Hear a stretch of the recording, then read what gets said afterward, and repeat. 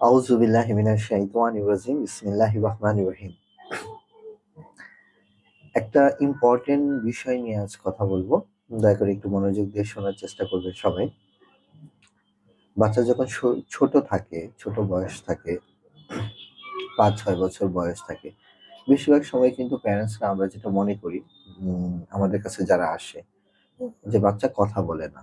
একটাই সমস্যা, আরেকটু চঞ্চল। কথা বলতে পারলেই সব ঠিক হয়ে যাবে। হ্যাঁ? কথা বলতে পারলেই তো সে তার নিজের প্রয়োজনটা বলতে পারবে। কথা বলার সাথে প্রয়োজন প্রকাশ করাটা কিন্তু এক না। আমরা অনেকেই কথা বলতে পারি। তাই বলে কি আমরা আমাদের নিজস্ব প্রয়োজনগুলা সবসময় বলতে পারি? আমরা কি সবাই কথা ভালোভাবে বুঝিয়ে বলতে পারি? পারি না কিন্তু। আমাদের জ্ঞান বুদ্ধি সবার একই রকম না। এই যে জ্ঞান বুদ্ধির কথাটা যে বললাম সেটা হলো কগনিটিভ ডেভেলপমেন্ট। স্পিচ এর সাথে কগনিটিভ ডেভেলপমেন্ট আলাদা জিনিস। কগনিটিভ ডেভেলপমেন্টের একটা পার্ট হলো স্পিচ ডেভেলপমেন্টটা। হ্যাঁ? তো দেখেন, এর জন্য বলি যে বেশিরভাগ সময় কিন্তু আমরা এই ভুলটা করে ফেলি। যে বাচ্চা কথা বলতে পারলেই সব ঠিক হয়ে যাবে। এভাবে বছরের পর বছর সময়টা নষ্ট করে ফেলি এবং একটা সময় পরে বাচ্চাটা টোটালি বাবা-মার উপরে নির্ভরশীল হয়ে যাচ্ছে। আমি বড় বাচ্চাদের কথা বলতেছি, যারা অলরেডি এই সময়টা পার হয়ে আসছেন। আমার সাথে যারা আ বড় যারা অটিজম ব্যক্তি আছেন তাদের অভিভাবকরা তারা কিন্তু সেটা ফিল করলো। আপনারা এডিএল নিয়ে কাজ করেন নাই। তার লাইফ স্কিলটা চেঞ্জ নিয়ে কাজ করেন নাই। হ্যাঁ? আপনারা সারাটা জীবনই একটা প্রফেশনের পিছনে দৌড়াইছেন বা একটা স্পিচ ডেভেলপমেন্ট নিয়ে তার সারাটা জীবনই আপনি সময়টা নষ্ট করছেন। কিন্তু আপনি ঠিকভাবে অকুপেশনাল থেরাপিটা নেন নাই, বিহেভিয়ারাল থেরাপি বা স্পেশাল এডুকেশনটা নেন নাই। না নেওয়ার ফলে দেখা গেছে যে বাচ্চাটা কিন্তু সামগ্রিক উন্নয়নটা হয়নি। একটা বাচ্চার ডেভেলপমেন্টের জন্য বা একটা মানুষের ডেভেলপমেন্টের জন্য আপনার ৫ টা পিলার আছে। হ্যাঁ? যেটাকে আমরা বলি physical development, intellectual development, language development, social development, emotional development. হ্যাঁ? বাচ্চার ফিজিক্যাল ডেভেলপমেন্ট নিয়ে কাজ করেন নাই। বাচ্চার ফিজিক্যাল ডেভেলপমেন্ট নিয়ে কাজ করতে হবে। ওর গ্রস মোটর এবং ফাইন মোটর নিয়ে আপনাকে কাজ করতে হবে। ইন্টেলেকচুয়াল বাচ্চার বুদ্ধির বিকাশ নিয়ে কাজ করতে হবে আপনাকে। হ্যাঁ? শুধু কয়েকটা পাজল আর মালা খেললেই কি তার বুদ্ধি বিকাশ হবে? না। পাজল আর মালা কি আমরা খেলছি নাকি? আমরা তো খেলি নাই। হ্যাঁ? বিভিন্ন ধরনের খেলা আছে। হ্যাঁ? ওইগুলো একটা ফাইন মোটরের একটা কাজ। হ্যাঁ? ফাইন মোটর গেম খেললে অবশ্যই বুদ্ধির বিকাশ হবে, ব্রেইন ডেভেলপমেন্ট হবে। Language development. ল্যাঙ্গুয়েজ মানে কি? ল্যাঙ্গুয়েজ তো একটা বিশাল একটা জিনিস। ঠিক না? হ্যাঁ? যে এই যে বোবা কালারা, তারা যে কথা বলতে পারে না। তাই বলে কি তারা স্বাভাবিক জীবনযাপন করতে পারতেছে না? পারতেছে তো। একটা পাগল তো কথা বলে। সারাদিনই তো কথা বলে। কথাটা কি মিনিংফুল? না।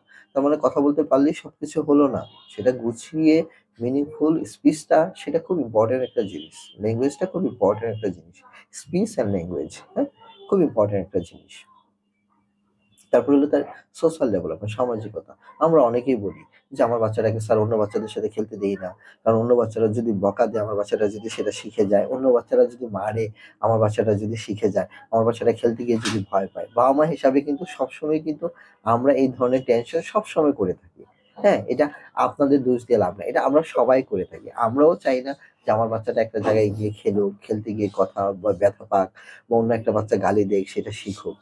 কিন্তু তাই বলে এই যে তার সোশ্যাল ডেভেলপমেন্টটা তাহলে কিভাবে হবে? এই যে ঘরের মধ্যে যে আমি বন্দি করে রাখতেছি, মোবাইল আর টেলিভিশন দিয়ে রাখতেছি, তাহলে সোশ্যাল ডেভেলপমেন্টটা কিভাবে হবে? আমরা সবাই চাই ভালো স্টুডেন্টের সাথে যেন আমার বাচ্চার বন্ধুত্ব হোক। ভালো ছেলেটার সাথে যেন আমার বাচ্চাটার বন্ধুত্ব হোক। সেটা কি সম্ভব? তো ভালো বাচ্চার যে প্যারেন্টস সে কি চায় যে একটা দুর্বল একটা বাচ্চার সাথে বা একটা আ আ মানে অপরিপক্ক একটা বাচ্চার সাথে, স্টুডেন্টের সাথে তার বাচ্চার বন্ধুত্ব কখনোই চাবে না। সে চাবে হয়তোবা আইনস্টাইনের সাথে তার বাচ্চার বন্ধুত্ব হোক। ঠিক না? অন্যভাবে নিবেন না। জিনিসটা আসলে ব্যাপারটা একদম ইম্পোর্টেন্ট একটা টপিকস নিয়ে কথা বলতেছি। বেশিরভাগ সময় কিন্তু এই জিনিসটা আপনারা বলতেছেন।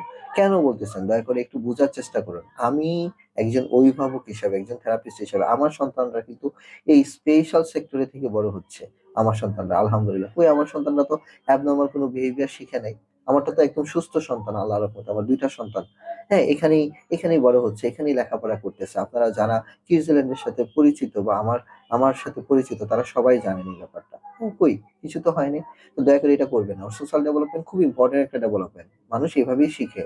হ্যাঁ? তারপর হলো তার ইমোশনাল ডেভেলপমেন্ট খুব ইম্পোর্টেন্ট একটা ডেভেলপমেন্ট। তার সুখ, দুঃখ। তাকে যদি খেলতে না দেন অন্য বাচ্চাদের সাথে, তাকে যদি মিশতে না দেন, তার সামাজিকতা ডেভেলপমেন্ট হবে না এবং ইন্টেলেকচুয়াল ডেভেলপমেন্ট হবে না। বড় বাচ্চাগুলো আসে। কোনো সামাজিক নাই। কোনো ইন্টেলেকচুয়াল নাই। কারণ কি 1:1 সার্ভিস নিছে। হ্যাঁ, 1:1 থেরাপি, 1:1 স্কুল, 1:1 এটা, 1:1 এটা, সব 1:1 এর ঘুরপাক। হ্যাঁ, বাসায় 1:1, বাইরেও 1:1, তাহলে জীবনটাই 1:1 হয়ে গেছে। এটা করবেন না। কিছু, কিছু ক্ষেত্রে তাকে 1:1 দিবেন। যেখানে প্রয়োজন হচ্ছে তাকে গ্রুপে নিবেন, তাকে মিশতে দেন। দেখবেন যে বাচ্চাটা ইনশাআল্লাহ ইমপ্রুভ করবে। হ্যাঁ? আশা করি আমার জিনিসটা বুঝতে পারছেন। আপনারা সঠিক থেরাপি নেন। সবগুলা থেরাপি নেন, একসাথে নেন। হ্যাঁ? সবার শরণাপন্ন হন। আপনারা অকুপেশনাল থেরাপি নিবেন, স্পেশাল ল্যাঙ্গুয়েজ থেরাপি নিবেন, বিহেভিয়ারাল থেরাপি নিবেন, প্রয়োজনে ফিজিওথেরাপি নিবেন, স্পেশাল এডুকেশন নিবেন। হ্যাঁ? আপনারা সমষ্টিগত একটা সেবা নিবেন দয়া করে। হ্যাঁ? সমষ্টিগত সেবা নিলে বাচ্চাটা আস্তে, আস্তে ধীরে, ধীরে উন্নতি করবে, সামনের দিকে আগাবে। হ্যাঁ? দয়া করে আপনারা ট্রেনিং নেন। ট্রেনিং নিলে আপনাদের জন্য সবচেয়ে ভালো হবে। হ্যাঁ? আমাদের প্রতিষ্ঠানে ট্রেনিং এর ব্যবস্থা আছে। আপনারা প্যারেন্টস ট্রেনিংটা নিতে পারেন। প্যারেন্টস ট্রেনিং নেন। সুস্থ থাকুক আপনার শিশু, ভালো থাকুন আপনি। ভালো থাকবেন।